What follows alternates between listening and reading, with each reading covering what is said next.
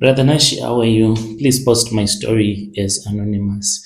My life, it seems as if it is perfect, but it is far from perfect. And I want you to hide my identity because if my family were ever to know that it is me, if my family sees this, I do not know what I will do. I don't know if you translate these stories into your language, but please, I beg you, do not translate these stories into your language because my guy is from there, on the other side of the border. My name is not really Lerato, but for this story, I will call myself Lerato. I am 31 years old. I live in Midrand.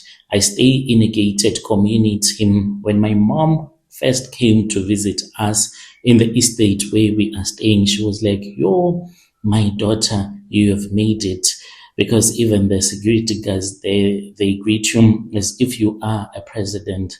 Everything was just wonderful and amazing according to my mom. So from the outside, I might seem like someone that is successful, a housewife that is enjoying her life, but you do not know some of the things that happen in the dark. I am struggling with to accept the condition of my marriage, even if I am a Christian, but the things that I am doing, they are not supposed to be done by people who call themselves Christians. I do drive a nice car. I do wear good clothes, and online I post nice pictures, but inside my marriage, I am finished. My life before I had met this guy, I was not always like this. I was just like any random normal girl who grew up in Soweto, not rich, not poor. We were just trying to survive and being grateful with what God had granted to us. I also had dreams like any other woman out there. I wanted, this was what I had written down growing up. When I started dating, I said, I want a loving husband.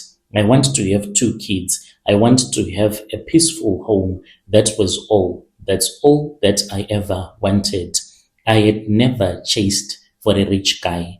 I said I would rather date a man that has a stable job, even if he's not making a lot of money, as long as we can be able to put food on the table. That was all that mattered to me because this was my life plan. I wanted stability and I wanted something that had consistency. So that is why I never wanted and even bothered to chase rich men, even though I had friends who were slave queens, but I was never tempted into that kind of a lifestyle. Besides, I had one friend of mine who died in a terrible car crash whilst she was being chased by the wife of the man that she was with. So this man had gotten married to a wealthy older lady and he started cheating when they got married and he was cheating with my friend. So when she found out about this, they ran away, got into the vehicle. So whilst they were chasing each other, that was when they just skipped the robot and they were hit by the truck and my friend, she died there. So I never wanted to be a slave queen. I was working at a small company in Senton and I was doing admin work. My salary was not big, but I was doing okay. I had friends, went to church, prayed, and I had peace in my heart until the day when I met him. When I met him, I never thought that this was what was going to happen in my life. The day I met him, I'll call my husband Blessing. I met Blessing, it was in the year 2020. It was during COVID time. And by then, because I was unable to get like a man that I wanted, and I was a little bit lonely. It was just lonely everywhere. And the guys that wanted to date me, some of them, they just wanted to get into my pants so quick. So I did not want to be that kind of a woman. So I went online and I was looking for love.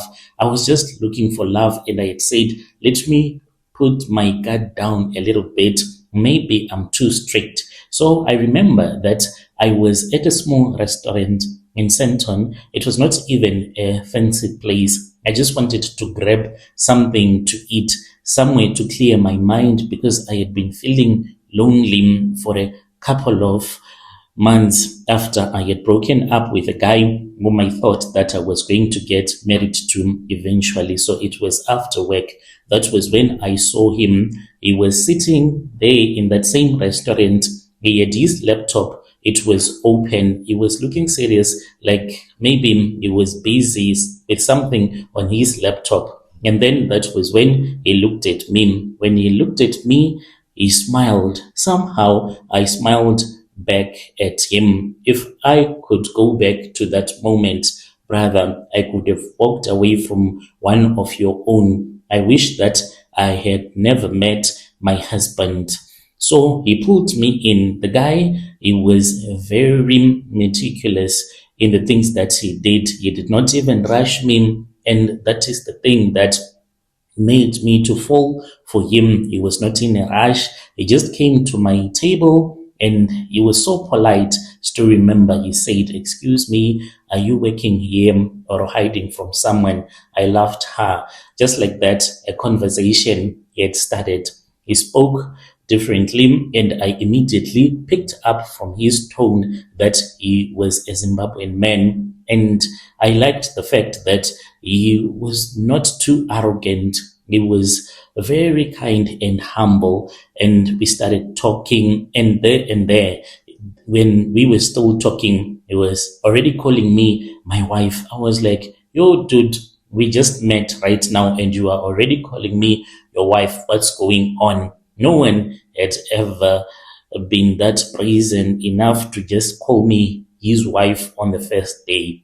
So he got my attention. After that day, he did not leave me alone. I was even regretting the fact that I had given him my phone numbers. He kept on calling and calling, like he would call me each and every minute. Calls, texts, good morning messages, prayer messages, and he started teaching me his own language. Shonam, I want you to be protected, my love. I started to feel special. The fact that he would ask me, "What have you eaten? What have you done now?" It made me to feel so special because I had never gotten that kind of attention before. He would pick me up from work, and when he would come to my workplace, he would open the door for me, buy me food. He listened to me. Even if I had a bad day at work, he would listen. And what I liked about him, my enemies became his enemies. If I would gossip about anyone at work, he would be there with me gossiping about that person, even though he did not know any of the people that I would be talking about, the ones that I felt like they hated me at work. So even if I complained about small things, he listened and he always had a solution to my problems. So there were warning signs that I was ignoring. Looking back, I I am seeing that the warning signs, everything was there, but I was blind. I was blinded by his love. So he had so many signs, like he did not have real friends. I never saw his real friends, only his business partners, church people, your cousins, but no real friends who knew him deeply. He never introduced me to any of his friends and say, "This one is my friend." And another sign, there was no physical passion. As a man, a guy will try to get into your pants as quickly as possible. But from the beginning, he never wanted me like a man wants a woman. He was just lukewarm. We would be sitting somewhere and you will be talking and he would avoid to touch me. And there was no way that I was going to initiate the mating ritual. Even when we were alone, he would sometimes sit far, not really far, just avoiding touching, turn things into jokes. I thought that maybe he respects me, but no ways, he was hiding something. Always on the phone, always, even when we were together, but he would be smiling in the phone as if he is dating someone on the phone. So he proposed finally. He proposed love to me after 8 months. That was when he proposed, and it was so amazing. We were at a restaurant, and when we were at that restaurant, he had booked the entire place. And then I noticed that there is something that is going on because it was only the two of us. That was when he proposed, and he told me that he wanted me. And I said, this is it. God has finally remembered me. My family was happy, but one of my auntie was like, do you really want to get married to this guy? And I was like, my auntie is so jealous, shame, because she was all like, he's a foreign guy, and I defended him. And I was even gossiping about her with my mom, saying that she is a jealous woman. So to this day, those words, they hurt me when I remember the things that I used to think about my auntie, her being a witch. So the wedding, it was big. He even invited his family. They came by bus from Zim. They came to South Africa, and I was so excited. Even my friends, they were like, Lerato, you are a lucky woman. On my big day, I felt like a queen. I thought that I had won in life. Then the wedding night, that night, I think that was when I started to notice that there was something that was wrong in our marriage. I was ready, as a bride. I had bought expensive lingerie. I was nervous. I was excited at the same time. Finally, I was going to be a wife. He came into the room, but when he came into the room, he looked so tired. And by then, we had already rested because we had left South Africa and we had gone to Tanzania for our honeymoon. And when he sat down, he said, Lerato, I am exhausted. Just like that, he had turned his back and then he fell fast asleep. I sat there, I was confused. I did not even know what else to expect from my husband. I wanted to touch him, but I said, maybe he is too tired. I said, it is okay. We will see tomorrow. But deep down, there was something that I knew was very wrong. I could not sleep. Throughout the night, I was wondering, why was it that he had totally avoided me? So we returned back. When we came back, still, we would make love, but he would just sleep with me like in a rush. He would avoid direct eye contact, anything that you have to do to be real intimate. Then I said, let us go to Cape Town. We went to Cape Town for a vacation. It was a beautiful place that we were staying, ocean views, nice hotel. Everything was perfect. Expect my husband always on his phone, speaking with his friends, his other guys. So I never suspected anything. So one night I tried to hug him and then he moved away. That was the moment that I felt rejected by my husband. From that point, I started to wonder, why had he even married me when he did not want us to have sex in the first place? Every time I asked about it, he would be like, I have low libido. We are going to a men's clinic very soon. And he made me to feel stupid, yet he knew that there were other things that he wanted to do. And when I would complain, he would be like, what matters is that I am giving you money. You are always overthinking. Not everything is about sex, Lerato. You need to grow up. So I kept quiet, but inside I felt as if I was dying slowly and slowly. And then we started to live like we were strangers. The same house, the same bed, but we were living in different worlds. There was no intimacy in my relationship.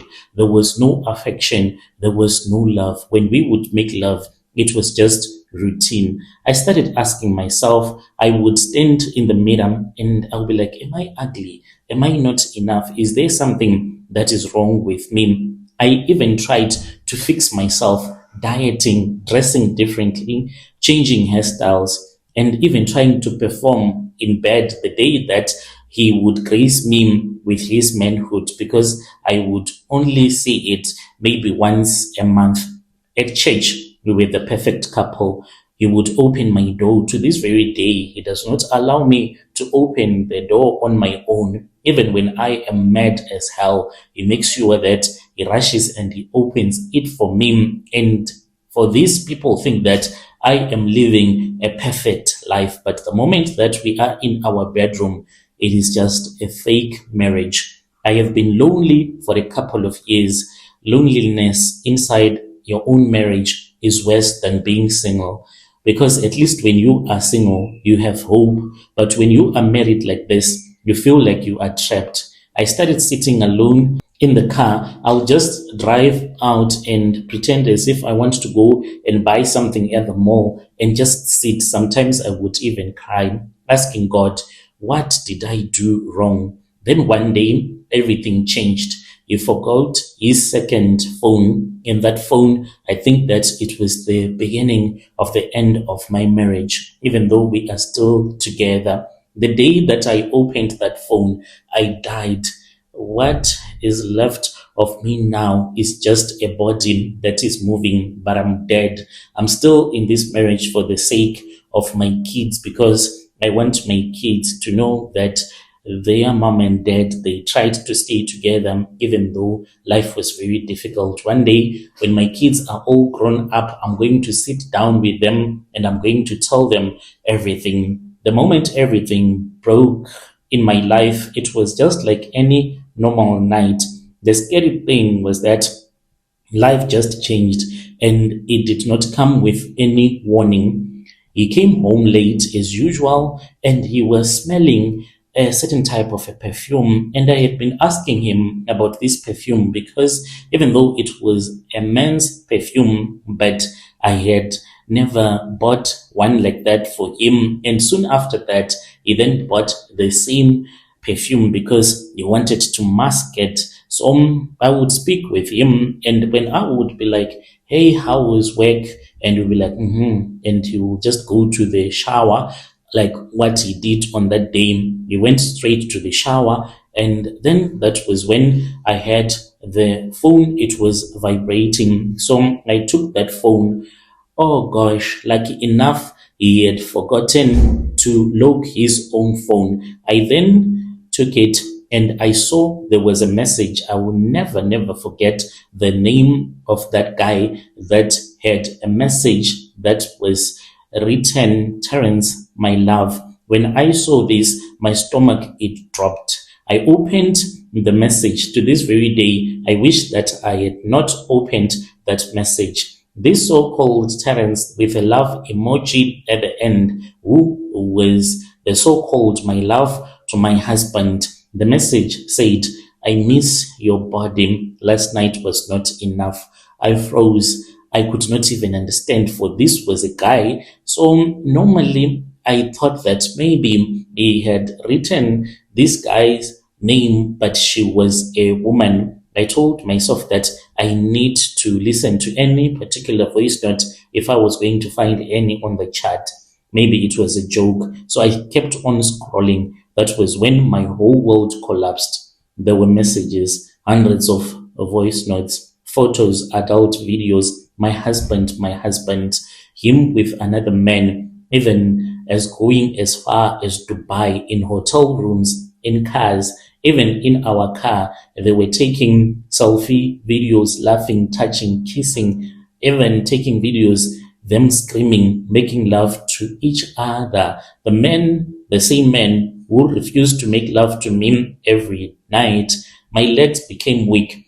I started to cry. I felt like vomiting. I left the bedroom. I just closed his phone and I locked it, and I went into another room and I locked myself in that room. Everything then started to make sense to me instantly. That was when I started to understand, and I said, oh, so this guy, that was why he had been rejecting me like this all this time in our marriage. He had been rejecting me. I did not even realize that this guy, he was not into women, but I started to ask myself, why did I not see that this was what was happening all along, and why he did not even tell me that he was like this? So he came to the room where I was for he had seen that I had opened his message, and I opened the door, for I wanted to see what he was going to say. Instead of him telling me about all these messages that I had been saying that had been sent by a guy that was called Terence, he could not answer that. He kept on asking me, why are you touching my things, Lerato? Why are you touching my things? So I stood up. I was angry and I started screaming. I rushed to the bedroom. He followed me and I took the phone and I said, who is Terence? And I was angry. I said, answer me. And he just said, he is my friend. Oh, he's your friend. And I said, are you gay? And then he was just silent and he did not respond to me with a yes or a no. Just that he just said he was going to relax in another room. And then he just locked the room. And I went to that room like he had twisted the whole thing, and he made me to think that I was the one that was wrong in this whole misunderstanding, this whole situation. I was screaming throughout the night. So you married me for what? For what? Why did you marry me? And he did not even respond to me. Then the next morning, he said, I'm sorry, can I take you out? That was the day that he bought for me a BMW X6. We went to a dealership. I was angry, even when he was signing the papers, when he said, yeah, sign this, for this is your car. I was just silent.